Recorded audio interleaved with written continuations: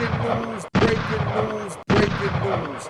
Yo, I'm gonna break this down where you understand how this play out where they using prison labor in 2024 equivalent to slavery. So please, I know y'all like this celebrity juicy gossip about Diddy and Jay-Z and Little Dirk, but this is one you must listen to. This is how they're using prison labor as modern day slavery. You got men in prison that's working in local McDonald's, Wendy's, Burger King, and the government is taking 40% of their money every time they get paid, and then they take money for their room and housing, and by the time they done, they might make 600 for 2 weeks and wind up only getting 200. Please watch this video.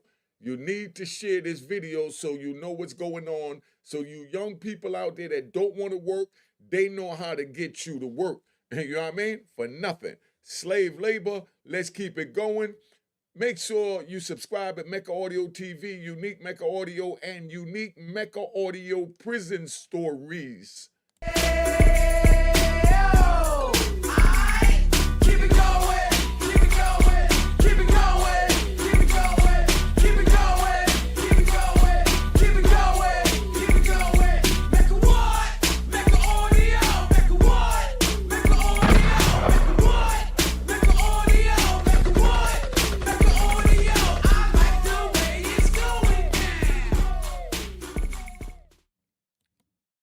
You know what it is, Unique Mecca Audio, man. Sit back.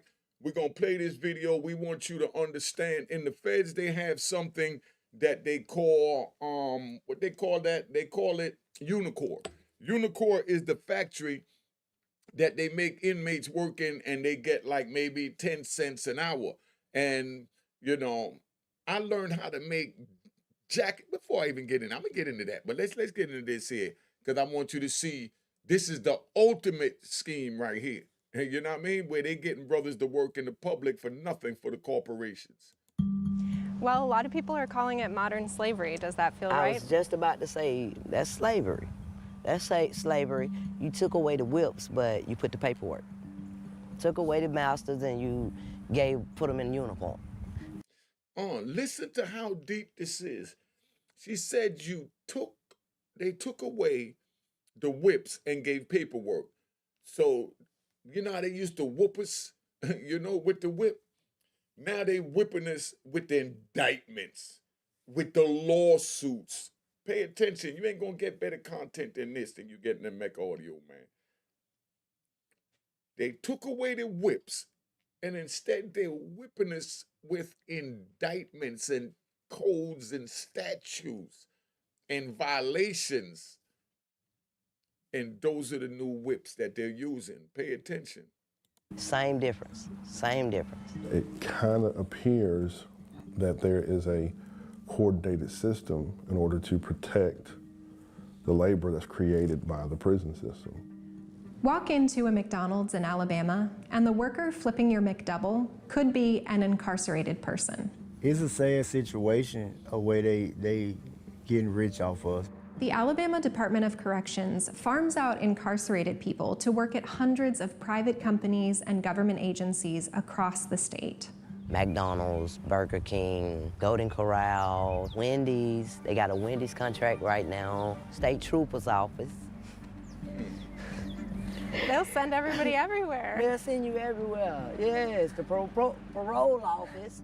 And even though ADOC trusts these incarcerated people to leave prison every day and work alongside the general public, many of them are still denied the chance at real freedom. I work for y'all, but when I come up for parole, you deny me. Why would you deny me? Because you're getting free service. This is a story about corporations and the state of Alabama exploiting prison labor and the coercive policies they use to keep its citizens trapped in servitude. Now, so you understand how deep this is, right? This is how deep this is. They're saying, so you understand that these corporations is getting inmates to work, and then when they go up for parole, they're working in society, flipping burgers, working the cash register, running the kitchen, they doing everything, but when they go up for parole, they deny them. They're in society for hours a day. Some many times over hours, as they said, overtime. Yeah, I say I ain't never worked, so I don't really know. But you know, how could this be happening and you don't know? But that's why Unique Mecca Audio is here to bring it to you, man. Listen to this. It doesn't work. It's a terrible system. If you're wondering how any of this is even legal, well, it might not be. That's what we went to Alabama to figure out. Sweet home Alabama. So yeah, could you just describe like how long you worked here and? I was here 18 months. That I ran their kitchen by myself from 8 to 5 every Tuesday through Thursday. Wait till you see how they pay her for this. Wow, Yeah. that sounds like hard work. It was. Elizabeth Thomas was in the Alabama Work Release Program for 5 of her 15 years in prison. So they had a combination of incarcerated people and free world people. Yes. Did you feel like there was a difference how they treated? Oh, most definitely. We work longer hours. Make the work release work over or work extra days, don't want to give you off days. Like, no, I got to eat my health. I have to get rest. You know what I'm saying? I'm not a machine. But that's how they look at you, like. This is Quincy Sanders.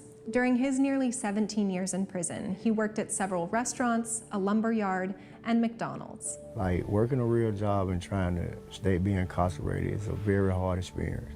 You have to be mind strong, really. Alabama has one of the most overcrowded and deadly prison systems in the United States. Even the Justice Department found conditions there to be unconstitutional. In 2023, almost a person a day died in Alabama prisons, which is almost 5 times the national average. Now, y'all keep it 100. How many of y'all knew that a person a day was dying in the Alabama state prison system? And we didn't know nothing about this. Man, stay tuned to this and don't worry about that celebrity gossip. I'm going to get back to that crap in a minute. Gunshots. But right now, we have the tutorial so you know how they treating our brothers and sisters in the prison system. Or they might get beat to death. People beating folks with sticks. They breaking broomsticks, making little billy clubs. People in there stabbing each other. People in there doing drugs. People in there almost about to die. They're not giving you no nursing assistance. The nurse probably get there, you probably be dead. But All right, so right, let me give you, okay, I feel like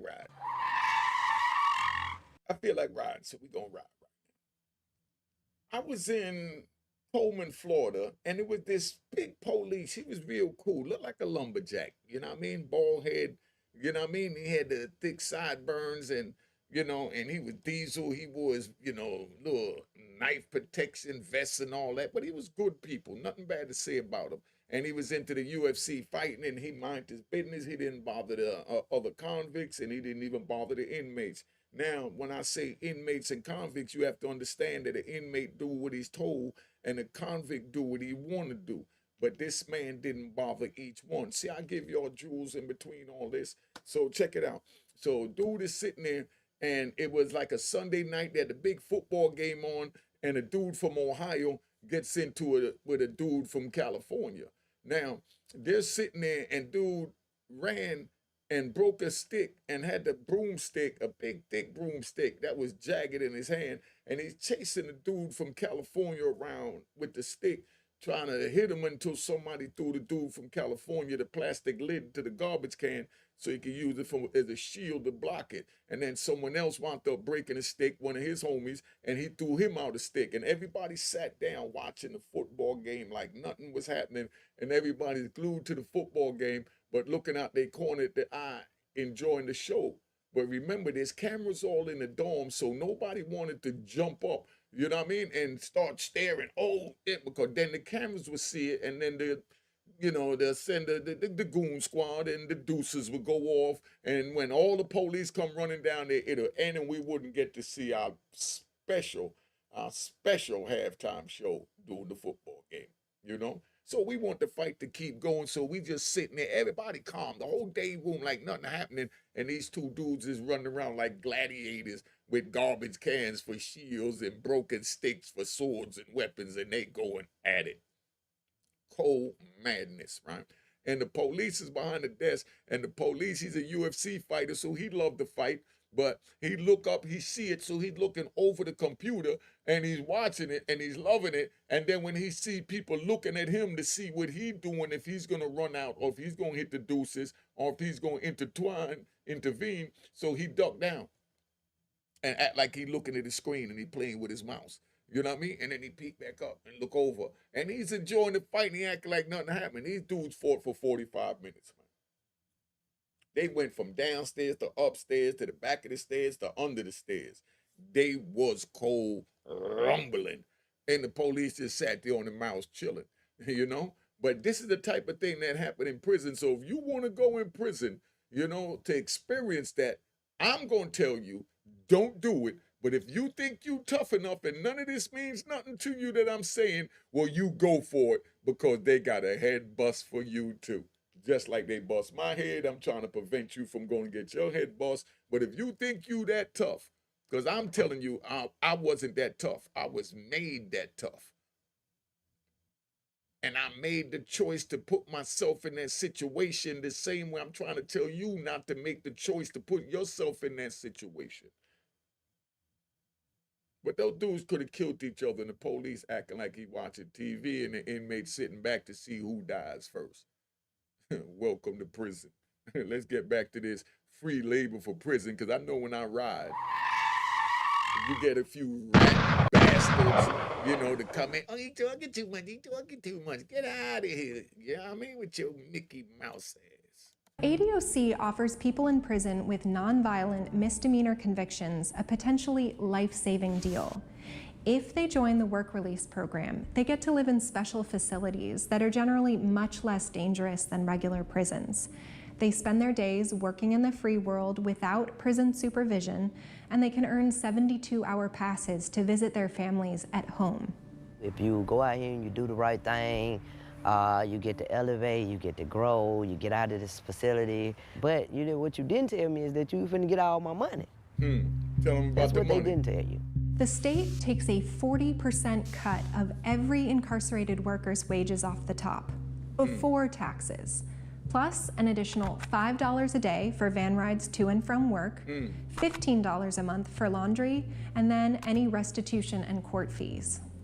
Now, how you gonna exploit people to work and you taking over 50%, like 70%, 60, 70%. I don't want to be biased and say 70. It looks like 70, but look more like in between 60 and 70% of what they working for.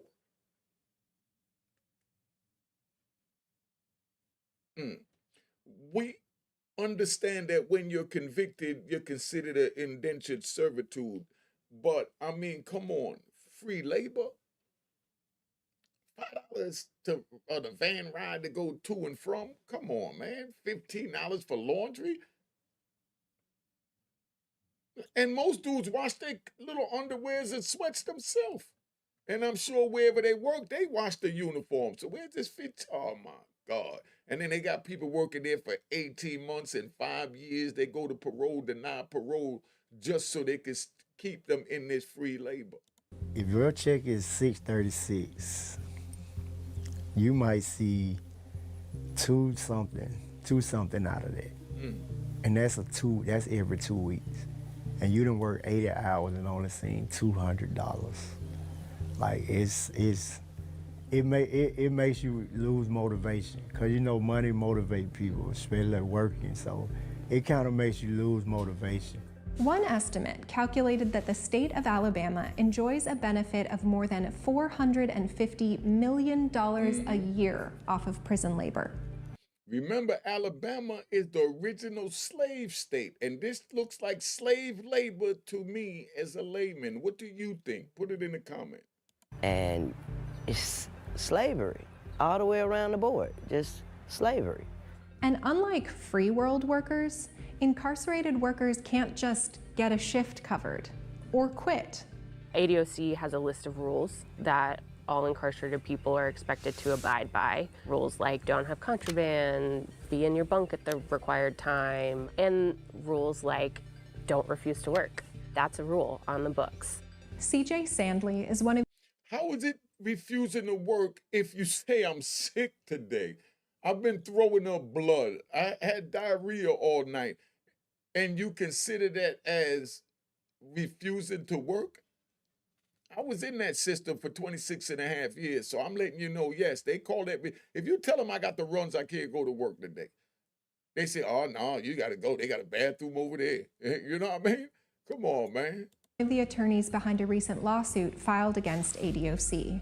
The range of punishments folks can face if they get written up for refusing to work includes solitary confinement, losing access to phones, tablets, visitation, access to their families and loved ones for like 30 days, 60 days. Being required to do more work inside the prison walls for free, under threat of punishment. I want to talk to my family. I want to be a part of my family, and you're telling me that if I don't go and do what you want me to do at these jobs, work as hard as they want me to do, if they need me 7 days, you want me to go there 7 days. If they need me 80 hours, you want me to work 80 hours. If they want me to turn around and come back and do a double, you want me to get up and you want me to be available to do all this. But if I decide I'm tired, Lord forbid if we got sick. I talked to Reginald Burell, who was injured when an entertainment center fell on his head at the private furniture manufacturing company where he worked through ADOC. When he spoke up about it, he was fired. And, I confronted the JPO about it, and they shipped me to Childersburg with extra duty, taking away my privileges, and I ended up in a landfill.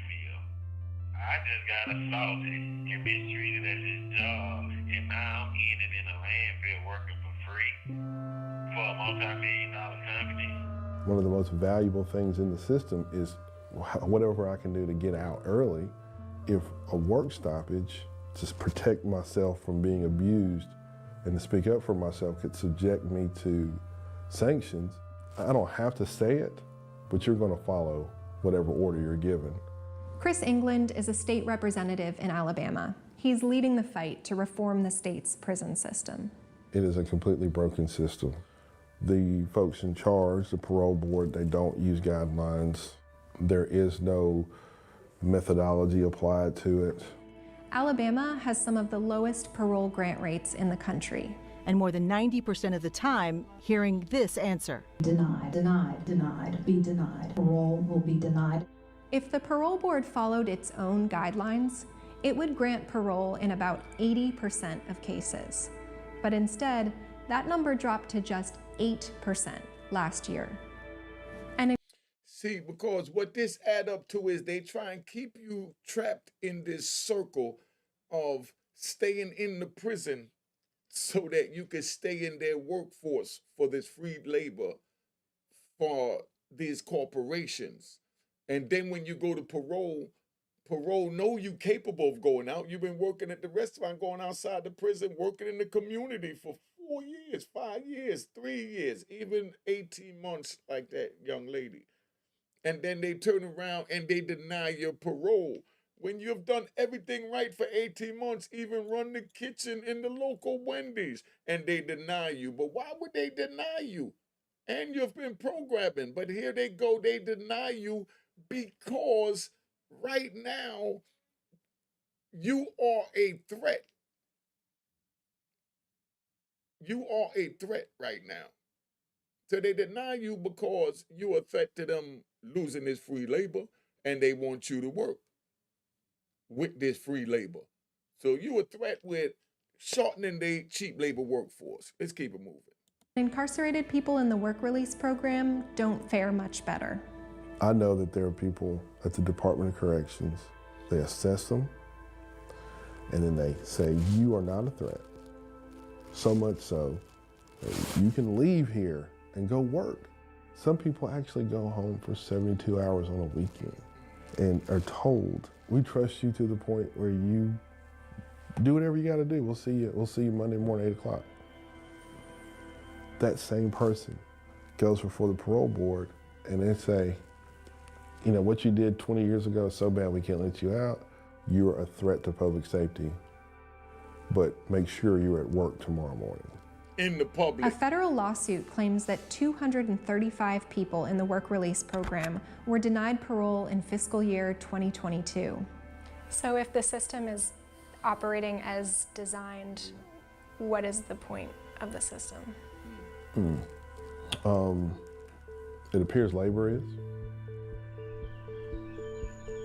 One thing our lawsuit talks a lot about is that very clear lineage from slavery in the state to convict leasing and to what we've got now. And the punishment by the Department of Corrections is what our clients are challenging, because that's what amounts to involuntary servitude and slavery by the state. After the Civil War, the 13th Amendment abolished slavery with a key caveat. Forced labor was still allowed for people convicted of a crime. And the states adopted a copycat of this federal amendment. But here's the thing.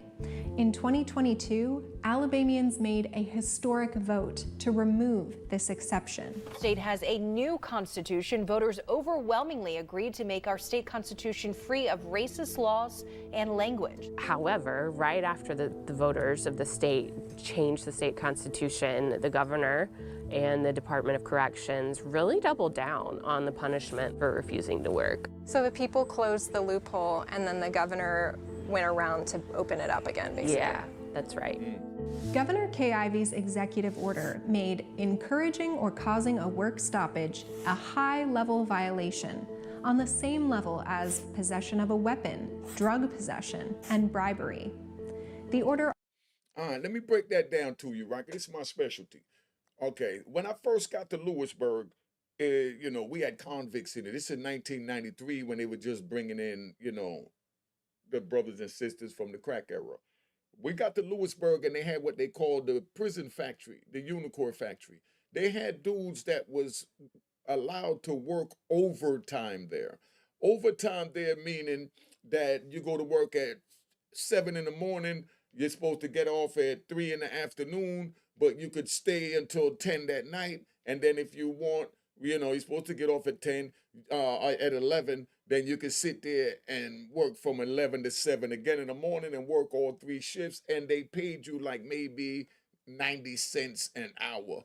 And when you working 20 hours a day at 90 cents an hour, that's like getting almost, that's like $20. You know what I mean? It cost $20 a day, you know, and that's like 60, about $20 a day, whatever it is, you know. But you do the math, you know, I like the rat bastards. But, you know, let me get back to the point at hand. They have something called encouraging others to riot, encouraging others to work strike.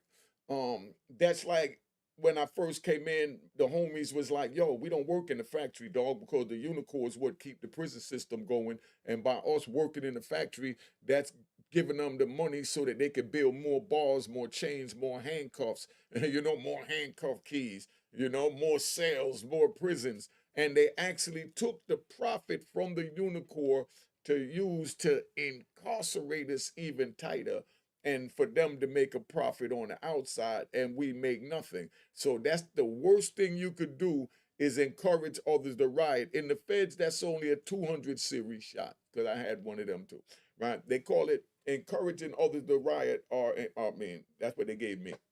And they also gave me encouraging a work strike. A work strike is when you tell another inmate, yo, I'm not going to no Unicore, man, because Unicore's working to keep the inmates in jail. That's working to keep the slavery going on. So you working to keep yourself in jail.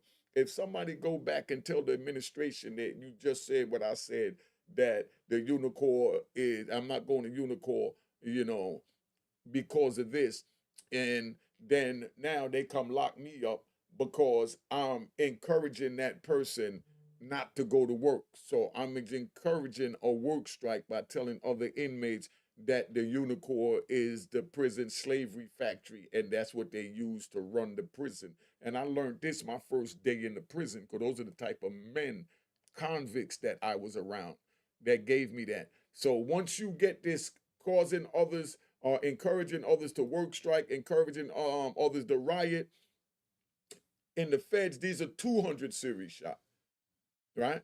Now, like I said, stabbing, a knife, anything violent, that's a 100 series shot, right? But that 200 series shot warrants you go to the DHO, which is the disciplinary hearing officer, which is the courthouse within the prison, for them to sanction you. You could get up to 30 days in the hole, just like you could get up to 30 days in the hole for a 100 series. Then they got a 300 series that's not seen by the DHO, that's seen by the UDC, which is the unit disciplinary committee.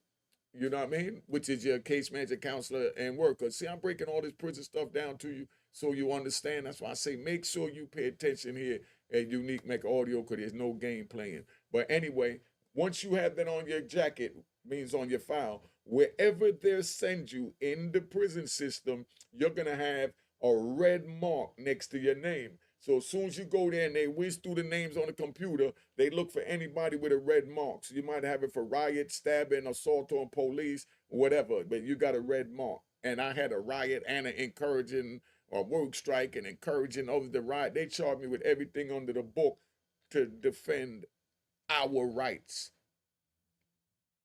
as convicts within the prison. And I wasn't the only one that thought like that, but that's what it is. Let me get back to this so we could end this, 'cause I'm giving y'all a little too much, man. We're also cracked down on correctional incentive time, better known as good time. In some prison systems, good behavior is rewarded with what's known as good time. People can earn sentence reductions and get released from prison early. And the state legislature even changed its good time law to increase that form of punishment for folks who refuse to work. We're simply changing the amount of correctional incentive time or good time days that are offered. Are we increasing or are we lowering it? We are lowering them. All of this was done on the heels of this constitutional change, and frankly, it's a brazen ignoring of the will of the voters of the state, and that's what our lawsuit is about. And so many people want to work, but they want to be paid fairly. They want to be paid a free world wage for the labor they're doing. They want to be working in safe conditions. They want to be treated fairly, and they don't want to be forced to work if they don't want to, or they can't because they're sick, or they have a doctor's appointment, or they're feeling unsafe in their work and they want to change jobs. One of the unique things about this state, and really the country, is that things just never end, they evolve. If your prison system is full, it's primarily full of black folks, black men, and you have a racial disparity in who gets released and who doesn't. Can you imagine the optics of what that labor force looks like?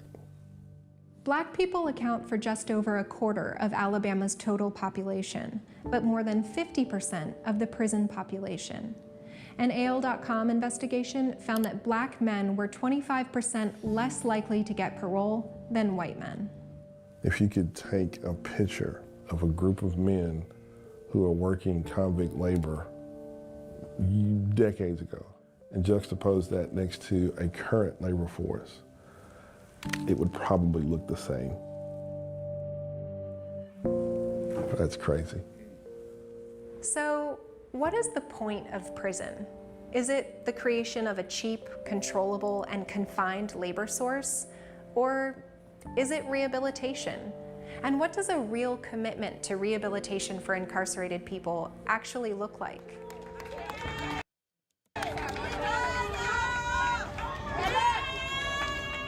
I wish they'd strip that name off of that Alabama Department of Correction. I wish they'll take correction out of that and just say Alabama Department, because ain't no correction. Ain't no correction, ain't no structure, ain't no discipline.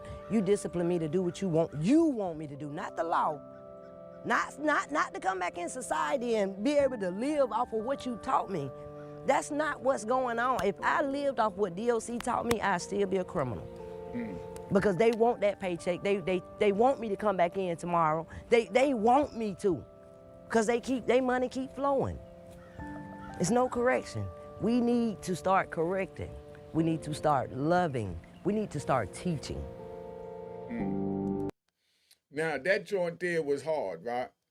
I like that joint there. That was hard because that really touched home for me because, you know, I know brothers that worked in the prison. Could we ride? I know brothers that worked in the prison and they got up 3 o'clock in the morning to go to work and didn't get off till the next night at 7 o'clock at night.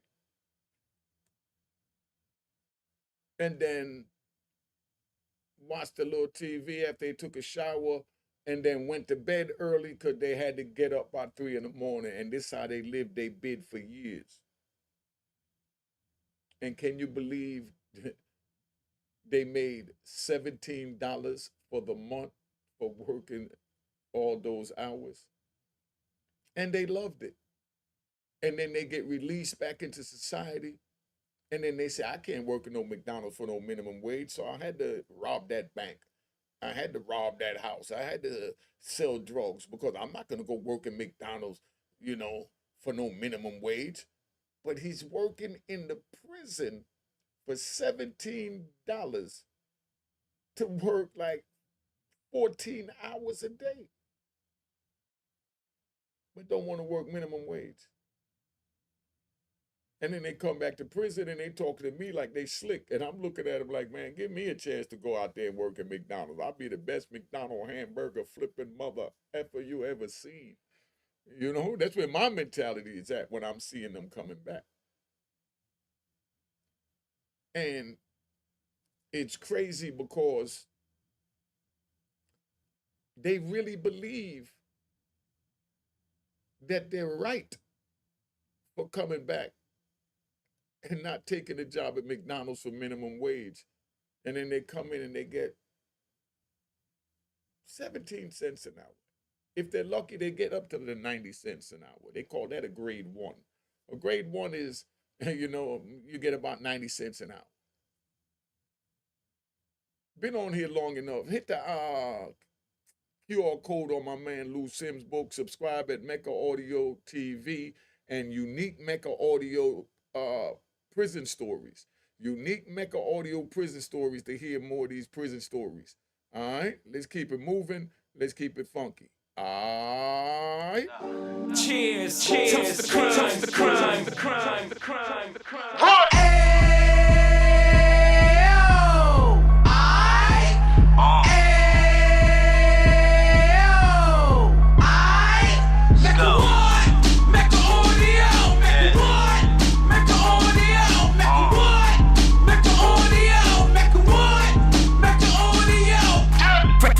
Out the can of 26, he back on the strip, getting back in the mix. What he mentions a gift. You stand up 10 toes down, and I suggest you pay attention to this. Take a little gully posse and put it in Harlem. He cut from the bottom, came up from the bottom. Drop the book, you should go and get it. The Instagram page and the YouTube, you could go and visit. Then you could consider yourself LinkedIn. Sit front row and get Jews from a kingpin. How he went through it, so you ain't gotta go do it. To not pay attention would be stupid. Talking about a man that probably put your grandfather on. Probably the reason that him and your grams got along. A man that generated millions on the block, did his time, never squilling to the cops. Mecca Audio.